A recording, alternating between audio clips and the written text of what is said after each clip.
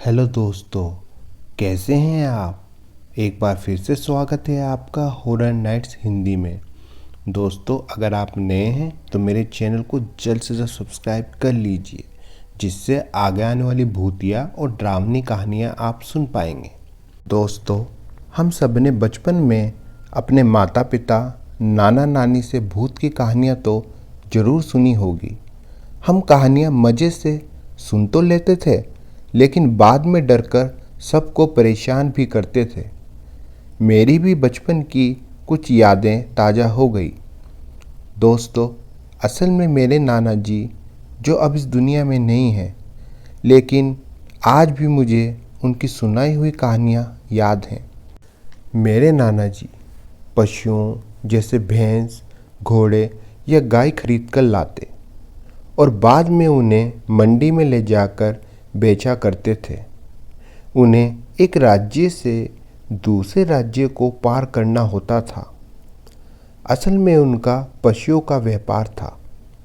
उस समय गांव के ज़्यादातर लोगों को अपने पशुओं को खरीदकर खेतों और जंगलों के रास्ते से ही गुजरकर अपना घर आना होता था। असल में ट्रांसपोर्ट सिस्टम तो था, लेकिन स्टेट बॉर्डर पर उनको पुलिस बहुत परेशान किया करती थी, जिस वजह से उन्हें मजबूरी में अपने पशुओं को लेकर रातों को पैदल ही सफ़र पूरा करना पड़ता था। आज से तकरीबन 50 साल पहले की बात है। उस समय मेरे नाना जी की उम्र भी यही कोई 25 साल की रही होगी। हमेशा की तरह ही मेरे नाना जी पशुओं को खरीदने दूसरे गांव गए हुए थे। वह गांव बहुत दूर था, करीब 60 किलोमीटर, और इस दूरी को पूरा करने में पूरे 1 से 2 तो दिन लग ही जाते थे। नाना जी ने हमेशा की तरह पशु खरीदे और घर की ओर रवाना हुए। अब रात का वक्त आ जाता है। सर्दियों का समय था। ठंड बहुत जोर की पड़ी हुई थी। रास्ते में घना जंगल भी था, जिसे उन्हें पार करना था। मेरे नाना जी को तो पहले से ही सफ़र का अनुभव था। उन्होंने पहले भी ऊपरी हवा या भूतों का एहसास किया हुआ था, लेकिन कभी भी नाना जी ने सामने से किसी भूत प्रेत को कभी नहीं देखा था। लेकिन वे अपने साथियों को पहले से ही सावधान रहने के लिए कहा करते थे। रास्ते में चलते समय उनको थोड़ी दूरी पर आग जलती हुई दिखाई दी। अरे, इतने घने जंगल में कौन आग जलाकर बैठा है, नाना जी सोचने लगे। उन्हें कुछ ठीक नहीं लग रहा था। लेकिन उनकी टोली में से एक आदमी, जिसका नाम शमशेर था, उसे ठंड कुछ ज़्यादा ही लग रही थी, तो वे जिद करने लगा कि वे थोड़ी देर के लिए उस आग की तपिश ले ले, जिससे उसकी ठंड थोड़ी कम हो जाएगी। नाना जी तो उसे बहुत मना करते रहे, लेकिन वो जिद्दी उस आग के पास जाने लगा। शमशेर आग के पास चला गया और अपने हाथ उस आग के करीब रखने लगा। लेकिन ये क्या, आग तो पीछे की ओर खिसकने लगी। शमशेर जैसे जैसे आग के करीब अपना हाथ ले जाता, वैसे वैसे वो दूर होती जाती। ये सब मेरे नाना जी, जो थोड़ी दूरी पर खड़े थे, देख रहे थे। वो तुरंत वहाँ गए और गुस्से से बोले, अरे तू अंधा हो गया है? तुझे दिख नहीं रहा कि ये आग लगातार पीछे की ओर खिसकती जा रही है? ये तुझे हमसे दूर करके तुझे कुछ नुकसान पहुँचाना चाहती है। ये एक छलावा है, जल्दी चल यहाँ से। नाना जी की बात सुनते ही शमशेर की तो जैसे हालत ही खराब हो गई, और वो तो नाना जी से भी तेज दौड़ने लगा।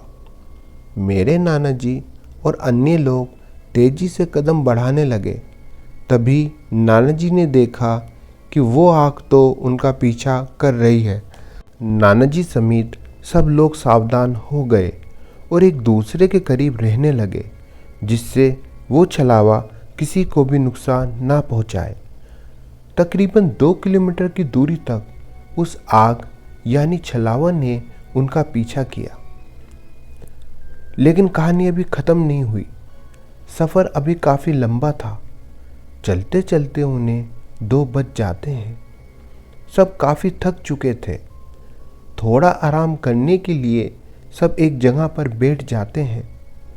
उन्हें वहाँ बैठे 10 मिनट ही हुए थे कि एक औरत घूंघट डाले वहाँ आती है और भारी आवाज़ में बोलती है, करीम, कितने की दी है भैंस? करीम नाम सुनते ही मेरे नाना जी चौंक गए, क्योंकि उनका नाम भी करीम है। तुम्हें कैसे पता है मेरा नाम? नाना जी बोले। मुझे तो तेरे खानदान के सब लोगों का नाम पता है। तू बता, कितने में दी ये भैंस? मेरे नाना जी समझ गए कि ये कोई इंसान नहीं बल्कि कोई बुरी शक्ति या छलावा है जो उन्हें नुकसान पहुंचाना चाहती है। सब एक साथ रहना, कोई भी अलग मत होना, नहीं तो ये छलावा जिंदा नहीं छोड़ेगी। नाना जी ने तुरंत अपनी भाषा में सबको सावधान किया। दरअसल मेरे नाना जी और सारे साथी मुसीबत पड़ने पर इसी भाषा में बात किया करते थे, जिससे सामने वाले को कुछ भी पता न चले। बस क्या था, वे सब एक साथ हो गए। उस छलावा ने बहुत कोशिश की उन्हें अलग करने की, लेकिन वो असफल रही।